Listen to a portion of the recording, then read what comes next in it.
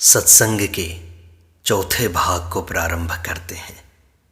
पूज्य स्वामी रामसुखदास जी समझाते हैं, जिसने खोजा उसने पाया।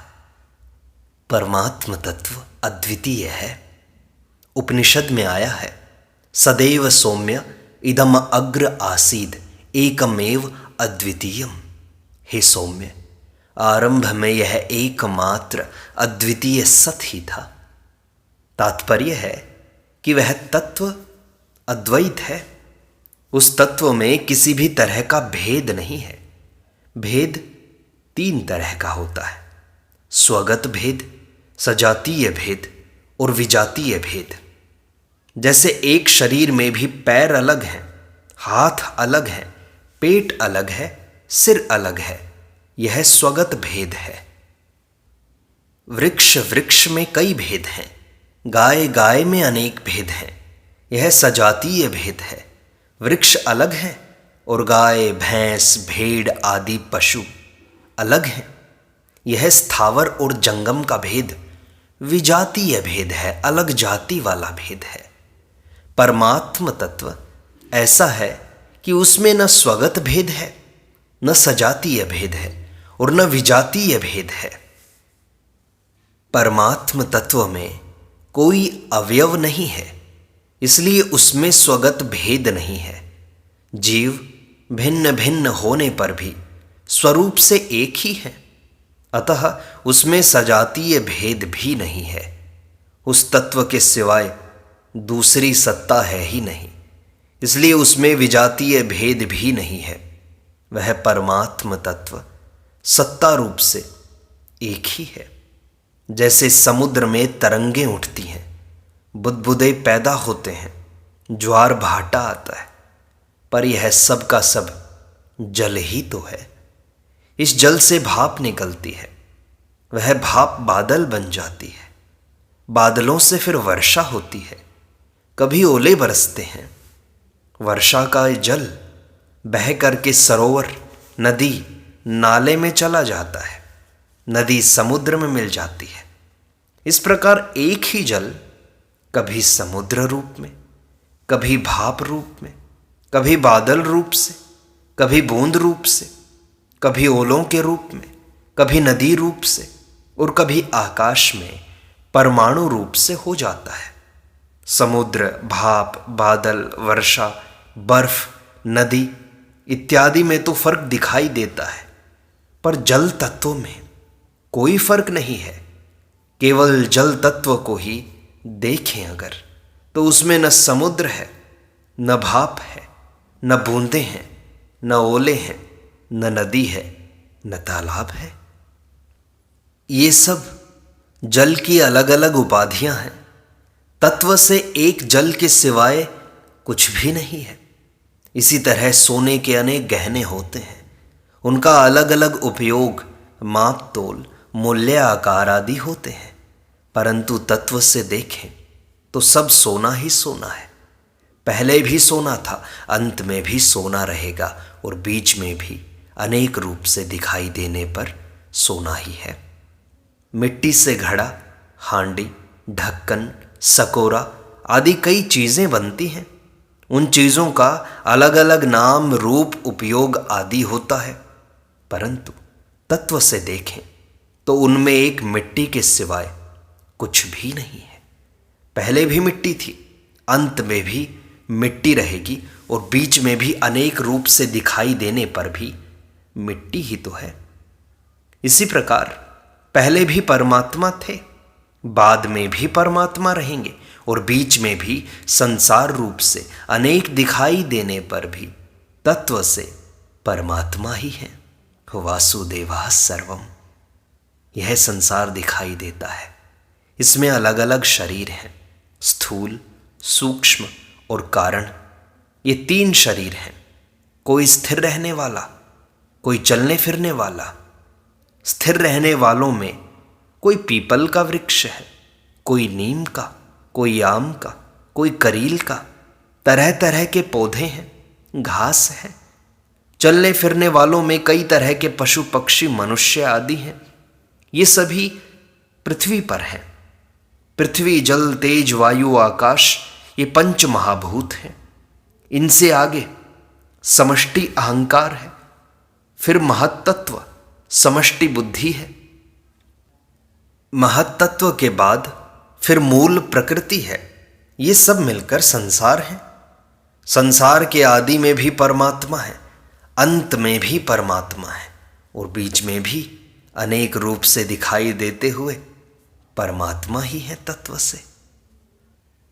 श्रीमद् भागवत महापुराण में आया है, मन से, वाणी से, दृष्टि से तथा अन्य इंद्रियों से जो कुछ ग्रहण किया जाता है वह सब मैं ही हूं, अतः मेरे सिवाय दूसरा कुछ भी तो नहीं है।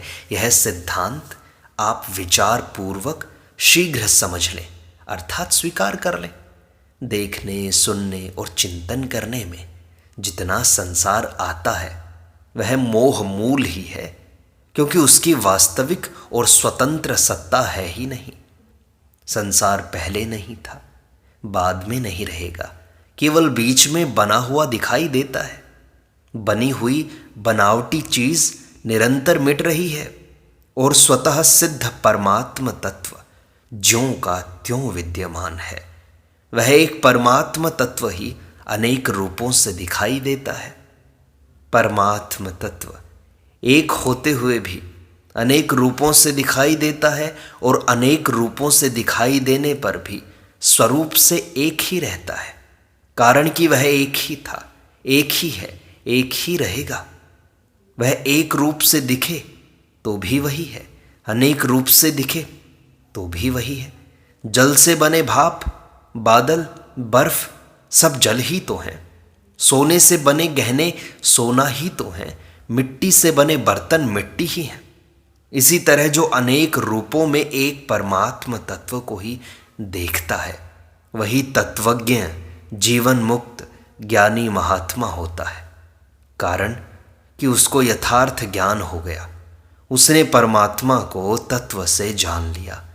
तत्व से जानते ही वह परमात्मा में प्रविष्ट हो जाता है। ततो माम तत्वतो ज्ञात्वा विशते तदनंतरम। फिर एक तत्व ही शेष रह जाता है। परमात्म तत्व पहले एक था, पीछे एक रहेगा, और अभी अनेक रूपों में दिखाई देता है। ये तीनों बातें काल, भूत, भविष्य और वर्तमान को लेकर हैं, परंतु उस तत्व में काल है ही नहीं। इसी तरह वहां न देश है, न क्रिया, न वस्तु, न व्यक्ति, न घटना, न परिस्थिति, न अवस्था, केवल एक अद्वितीय तत्व है। प्रश्न हुआ कि परमात्मा का स्वरूप क्या है? फिर हम ढूंढे तो कैसे ढूंढे? स्वामी जी ने कहा, परमात्म तत्व का स्वरूप है सत्ता मात्र। वह सब देश में, सब काल में, संपूर्ण वस्तुओं में, संपूर्ण व्यक्तियों में, संपूर्ण अवस्थाओं में, संपूर्ण घटनाओं में, संपूर्ण परिस्थिति में, संपूर्ण क्रियाओं में सत्ता रूप से विद्यमान है। उस चिन्मय ज्ञान स्वरूप सत्ता में मैं, तू, यह, वह का भेद नहीं है। वह इन सब से अतीत है। ये सब तो उसके भीतर की गई कल्पनाएं हैं। जैसे आकाश में बादल है, समुद्र में लहरें हैं, मन में मनोराज्य है, स्वप्न दृष्टा में स्वप्न है, ऐसे ही परमात्म तत्व में देश, काल, वस्तु आदि की प्रतीति है। वह तत्व संपूर्ण प्रतीतियों का आश्रय, आधार और प्रकाशक है। उसके अंतर्गत अनंत ब्रह्मांड उत्पन्न और लीन होते रहते हैं, पर वह ज्यों का त्यों रहता है। जब हम प्रतीति को सत्ता देते हैं तब यह कहते हैं कि परमात्म तत्व प्रतीति का आश्रय, आधार और प्रकाशक है। जब सर्वत्र को सत्ता देते हैं तब यह कहते हैं कि परमात्म तत्व सर्वत्र परिपूर्ण है। जब हम नहीं की सत्ता मानते हैं तब यह कहते हैं कि परमात्म तत्व है रूप से विद्यमान है। असत की सत्ता मानने पर ही परमात्म तत्व को सत कहते हैं। यदि असत की सत्ता न माने तो परमात्म तत्व को सत कहना बनता ही नहीं। जैसे हमारे यहाँ रात और दिन दो होते हैं, परंतु सूर्य में न रात होती न दिन होता है। वहाँ तो दिन ही दिन है, पर रात न होने से उसका नाम दिन नहीं है। दिन नाम रात की अपेक्षा से होता है। रात नहीं है तो दिन कैसे? भगवान दिनेश दिन के स्वामी हैं, ऐसा तभी कहना पड़ता है जब दिन की सत्ता मानते हैं। वहाँ लवलेश मात्र भी मोह निशा नहीं है, ऐसा तभी कहना पड़ता है जब निशा की सत्ता मानते हैं। वहाँ दिन और निशा कहना बनता ही नहीं, ऐसा कहना वहीं बनता है जहाँ द्वैत हो। अर्थात शंका समाधान द्वैत भाषा से ही होता है। तात्पर्य है कि दूसरे की कुछ न कुछ सत्ता मानकर ही परमात्मा का वर्णन, विवेचन, विचार, चिंतन, प्रश्नोत्तर इत्यादि होता है। योग वासिष्ठ में राम जी और वशिष्ठ जी का संवाद आता है। राम जी ने वशिष्ठ जी से पूछा कि महाराज, आप जिस ब्रह्म की बात करते हैं वह ब्रह्म क्या है, कैसा है? यह सुनकर वशिष्ठ जी चुप हो गए। थोड़ी देर के बाद राम जी ने फिर से कहा कि महाराज, उस ब्रह्म का वर्णन कीजिए। वशिष्ठ जी ने कहा कि मैंने उसका वर्णन कर दिया।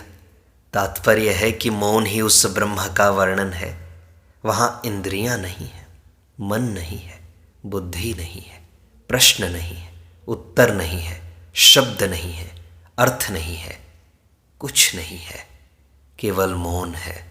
मौन ही गुरु का व्याख्यान है, जिससे शिष्यों के सब संदेह मिट जाते हैं। गुरोस्तु मौनमाख्यानम शिष्यास्तु छिन्न संशयाः। उपनिषद में शिष्य अपने गुरु के प्रति कहता है, नाहं मन्ये सुवेदेति नो न वेदेति वेद च यो नस्तद्वेद तद्वेद नो न वेदेति वेद च। तात्पर्य है कि उस परमात्म तत्व में मन, बुद्धि, वाणी आदि की कोई गति नहीं होती। मन सहित वाणी आदि सब इंद्रियां उसे न पाकर जहाँ से लौट आती हैं, उस परमात्म तत्व का अनुभव उत्पन्न नहीं होता। यदि अनुभव उत्पन्न होगा तो वह मिट जाएगा। परमात्म तत्व तो अनुभव स्वरूप ही है, केवल उसकी तरफ दृष्टि जाती है। दृष्टि जाने से हृदय ग्रंथि का भेदन हो जाता है, सब संशय मिट जाते हैं और संपूर्ण कर्म नष्ट हो जाते हैं। भिद्यते हृदय ग्रंथिश छिद्यन्ते सर्व संशयाः क्षीयन्ते चास्य कर्माणि तस्मिन् दृष्टे परावरे। मैं हूँ, यह हृदय ग्रंथि है की तरफ दृष्टि हो जाने से न मैं रहता है न हूँ रहता है। अर्थात हृदय ग्रंथि का भेदन हो जाता है।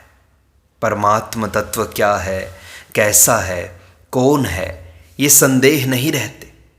संचित, क्रियमाण और प्रारब्ध कर्मों का क्षय हो जाता है।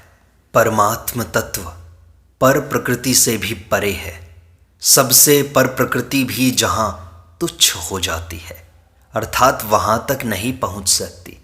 उस पर से पर परमात्म तत्व का वर्णन हो ही कैसे सकता है? ऐसे परमात्म तत्व की तरफ लक्ष्य हो जाने पर वह ज्यों का त्यों रह जाता है। परमात्म तत्व के लिए कुछ भी कहें, सुने, पढ़ें, विचार करें, चिंतन करें, वह दूसरे की कुछ न कुछ सत्ता मानने से ही होगा।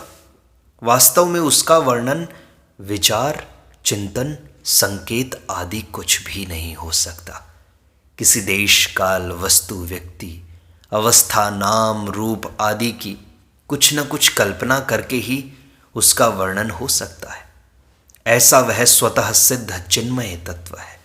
उसका स्वरूप सत्ता मात्र है, जिसकी किसी देश, काल, वस्तु, व्यक्ति आदि के साथ कभी किंचित मात्र भी लिप्तता है नहीं, हुई नहीं, होगी नहीं, हो सकती नहीं। प्रश्न हुआ, उस तत्व की प्राप्ति के लिए स्वामी जी क्या करना चाहिए? स्वामी जी कहते हैं, परमात्म तत्व किसी देश काल आदि में बंधा हुआ नहीं है।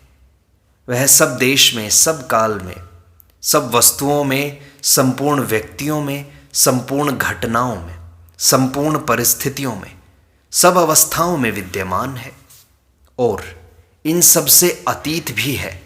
जो सब में विद्यमान है वह हमारे में भी विद्यमान है, और जो सब समय में विद्यमान है वह अभी भी विद्यमान है। अगर वह हमारे में नहीं है तो उसको सब में विद्यमान नहीं कह सकते। जो हमारे में है और अभी है उसकी प्राप्ति के लिए परिश्रम की आवश्यकता नहीं है। परिश्रम तो उसकी प्राप्ति में होता है जो देश काल वस्तु आदि से कुछ दूर हो। अतः हम परिश्रम करेंगे, उद्योग करेंगे, पुरुषार्थ करेंगे, क्रिया करेंगे, तब उस तत्व की प्राप्ति होगी। ऐसी बात नहीं है। क्रिया करने से तो हम उससे दूर होंगे, क्योंकि क्रिया प्रकृति में होती है और प्रकृति सत नहीं है। प्रकृति से तो हमारा निरंतर संबंध विच्छेद हो रहा है। कोई भी अवस्था निरंतर नहीं रहती, परंतु सत तत्व से किसी का भी संबंध विच्छेद कभी हुआ नहीं और होगा नहीं, हो सकता नहीं और है नहीं। फिर उसके लिए किसी परिश्रम की क्या आवश्यकता है? इसलिए शास्त्र में आया है, सन्मात्रम सुगमम नृणाम, अर्थात सत्ता मात्र की प्राप्ति मनुष्यों के लिए बहुत सुगम है।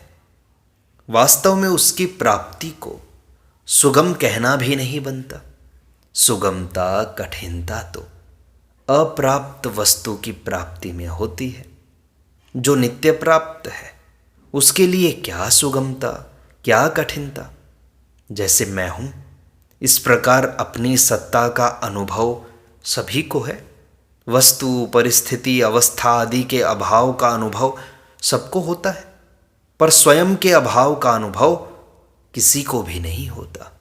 अपितु सबको सदा ही अपने भाव का अनुभव होता है। साधक को चाहिए कि वह मैं हूँ, इसके मैं को आदर न देकर हूँ को, अर्थात निर्विकार नित्य सत्ता को आदर दे। हूँ को आदर देने से अहम मिट जाएगा और है रह जाएगा। अपनी सत्ता सत है और मैंपन असत है। असत का त्याग करने से सत का संग अर्थात सत में प्रेम होता है, सत का साक्षात्कार होता है, सत में निष्ठा होती है, सत में स्थिति होती है। वास्तव में असत निरंतर हमारा त्याग कर रहा है। जो निरंतर हमारा त्याग कर रहा है उसका ही त्याग करना है, अर्थात उसी से विमुख होना है। शरीर निरंतर हमारा त्याग कर रहा है, प्राण निरंतर हमारा त्याग कर रहे हैं, मन, बुद्धि, इंद्रियां निरंतर हमारा त्याग कर रही हैं। हम निरंतर जी रहे हैं, यह तो वहम है, पर हम निरंतर मर रहे हैं, यह अटल सत्य है। शरीर निरंतर हमारे से अलग हो रहा है, यही उसका निरंतर मरना है। हम स्वयं ज्यों के त्यों हैं। स्वयं की जो सत्ता बचपन में थी वही आज भी है, परंतु शरीर जो बचपन में था वह आज है, ऐसा हम नहीं कह सकते। शरीर वह नहीं है, मन, बुद्धि, इंद्रियां वे नहीं हैं, भाव वे नहीं हैं, सिद्धांत वे नहीं हैं, सामग्री वह नहीं है, साथी वे नहीं है, देश वह नहीं है, काल वह नहीं है, अवस्था वह नहीं है, परिस्थितियां वह नहीं है, परंतु मैं स्वयं वही हूँ जो पहले था।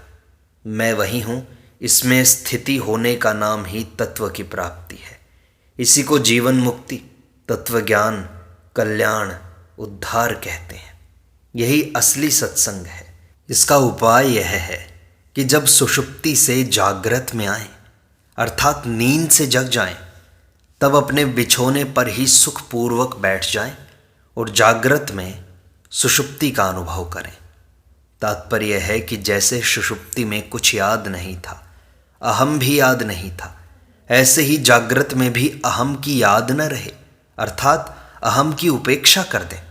अहम नहीं है, इसमें नहीं भी अहम है और है भी अहम है। कारण कि नहीं की अपेक्षा है और है की अपेक्षा नहीं है। तत्व में नहीं और है दोनों ही नहीं है, अर्थात तत्व निरपेक्ष है। इस प्रकार अहम नहीं है, इसका भी निषेध कर दें और चुप हो जाएं, कुछ भी चिंतन न करें, न संसार का, न परमात्मा का, न स्वयं का। अगर चिंतन आता है तो उसकी उपेक्षा कर दें।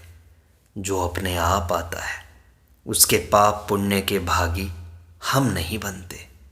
जैसे संसार में बहुत सी हत्याएं होती हैं और बहुत सा उपकार होता है, पर हम न तो हत्या के पाप के भागी हैं और न उपकार के पुण्य के भागी हैं। कारण कि वह होता है, हम करते नहीं हैं। जो होता है उसके साथ हमारा संबंध नहीं है। जो होता है वह मिटता है, जो मिटता है वह असत है, जो असत है उसका हमारे से स्वतः संबंध विच्छेद है। संकल्प पहले नहीं था, बाद में पैदा हो गया और फिर मिट जाएगा। संकल्प का होना भी मिटने में है और मिटना भी मिटने में है।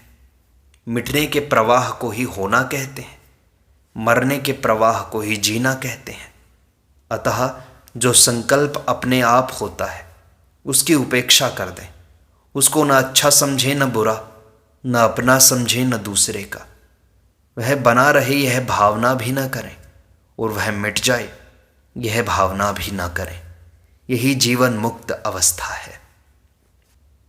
श्रीमद् भगवद गीता में आया है, प्रकाशम च प्रवृत्तिम च मोहमेव च पांडव न द्वेष्टि संप्रवृत्तानि न निवृत्तानि कांक्षति। अर्थात हे पांडव, प्रकाश, प्रवृत्ति तथा मोह ये सभी अच्छी तरह से प्रवृत्त हो जाएं तो भी गुणातीत मनुष्य ये क्यों आ गए ऐसे इनसे द्वेष नहीं करता, और ये सभी निवृत्त हो जाएं तो इनके आने की इच्छा नहीं करता। मन में कोई भाव आ गया तो वह जाएगा, यह नियम है। जो उत्पन्न हुआ है वह मरेगा, यह नियम है। जाते हुए को हम भूल से आया हुआ मान लेते हैं, वास्तव में वह आया नहीं है अपितु जा रहा है। उत्पन्न नहीं हुआ है अपितु मर रहा है। जो जा रहा है, मर रहा है, उसके लिए क्या हर्ष और क्या शोक, क्या राजी और क्या नाराज। जो जा रहा है उसकी तरफ दृष्टि न डालें। सात्विक वृत्ति आई या राजसी वृत्ति आई या तामसी वृत्ति आई, संयोग हुआ या वियोग हुआ, आया या गया, कुछ न देखें। उदासीन वदासीनो गुणैर्यो न विचाल्यते गुणा वर्तन्त इत्येव यो अवतिष्ठति नेंगते। अर्थात जो उदासीन की तरह स्थित है और जो गुणों के द्वारा विचलित नहीं किया जा सकता तथा गुण ही गुणों में बरत रहे हैं, इस भाव से जो अपने स्वरूप में ही स्थित रहता है और स्वयं कोई भी चेष्टा नहीं करता। वास्तव में न कुछ आया है न गया है, न उत्पन्न हुआ है न नष्ट हुआ है, अपितु गुण ही गुणों में बरत रहे हैं। अपना उससे कुछ प्रयोजन नहीं, कुछ लेन देन नहीं। इस प्रकार तटस्थ रहकर चुप शांत हो जाएं तो हमारी स्थिति स्वतः तत्व में ही रहेगी। तत्व में स्वतः स्वाभाविक स्थिति का नाम ही जीवन मुक्ति है, कल्याण है, उद्धार है। इस प्रकार सत्संग का यह भाग यहीं संपूर्णता को प्राप्त होता है। शेष अगले अंक में।